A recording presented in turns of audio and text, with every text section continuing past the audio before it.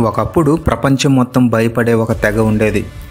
అడవుల మధ్య నాగరికతకు మైళ్ళ దూరంగా మానవులను చంపి తినేవారు. ఆ తెగకు నిజమైన ప్రేమ అంటే ఏంటో తెలియదు. త్యాగం అనే మాటకు అర్థం తెలియదు. యేసుక్రీస్తు పేరు ఎప్పుడు వినలేదు. కానీ ఒకరోజు ఆ అరణ్య భూమిలోనికి ఒక యాత్రికుడు అడుగుపెట్టాడు. చేతిలో తుపాకీ కాదు, బైబిల్. గుండెల్లో ద్వేషం కాదు, ప్రేమ. ఇది ఒక యుద్ధం కాదు, ఒక మార్పు ప్రయాణం. ఇది నరభక్షకుల హృదయాల్లోకి యేసుక్రీస్తు ప్రేమ ప్రవేశించిన నిజమైన కథ. వీడియో పూర్తిగా చూడండి. క్రైస్తవులమైన మనము నిజ జీవితంలో చేయవలసిన పనులు, మనము ఏ పాటి వారమో తెలియజేసే పరిస్థితులు. అనేక మందికి షేర్ చేయండి. సబ్స్క్రైబ్ చేయడం మర్చిపోకండి.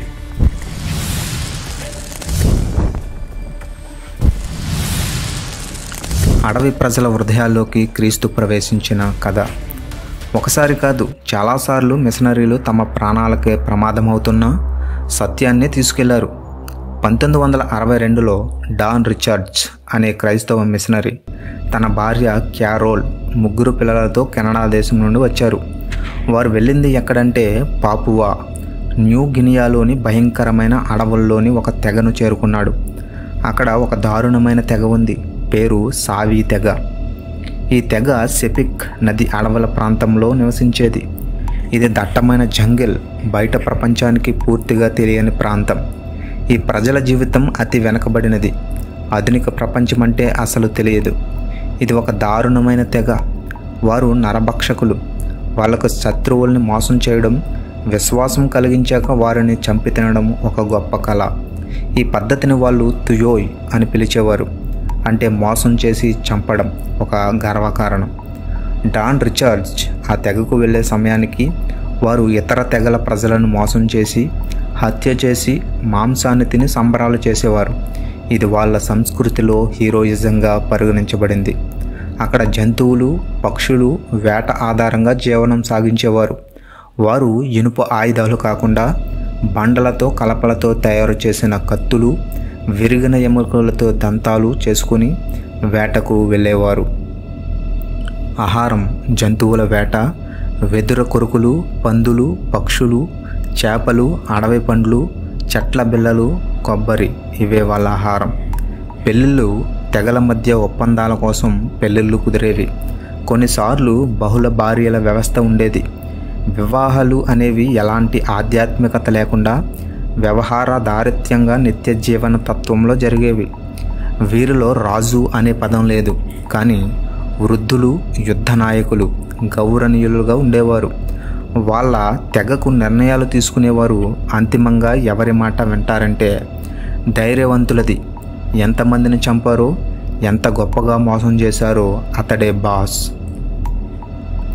డాన్ రిచర్డ్స్ క్రీస్తును పరిచయం చేయాలని ప్రయత్నించగా మొదట వారు యేసుక్రీస్తుని నమ్మలేదు. కానీ కొన్ని రోజులకి వారు విన్నప్పుడు వారు యేసుక్రీస్తుని విరోధించలేదు. కానీ ఆశ్చర్యంగా యూదా ఇస్కరియోతును మహానాయకుడుగా చూశారు. ఎందుకంటే యూదా ఇస్కరియోతు యేసుక్రీస్తు శిష్యులలో ఒకరిగా ఉండి నమ్మకంగా ఉండాల్సింది పోయి చివరకు మోసం చేసి చంపేలా చేశాడు.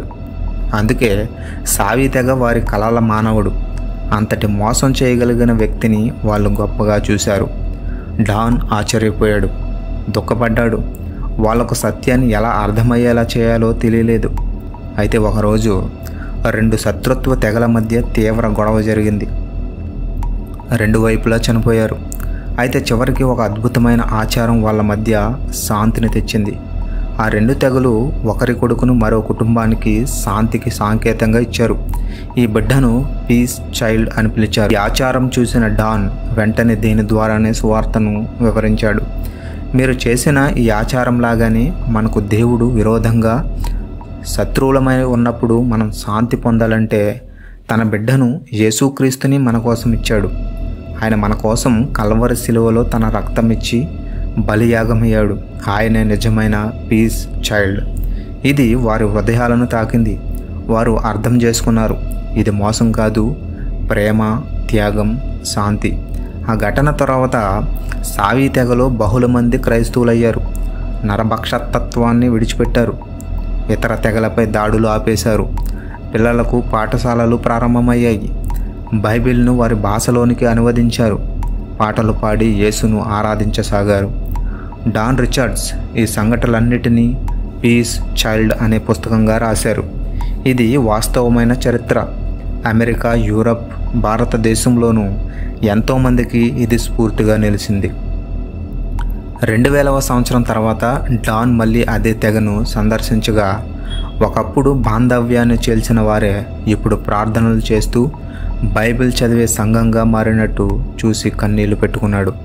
ఒకప్పుడు మనుషుల రక్తం తాగిన వారు ఇప్పుడు యేసుక్రీస్తు రక్తంలో విముక్తిని పొందారు.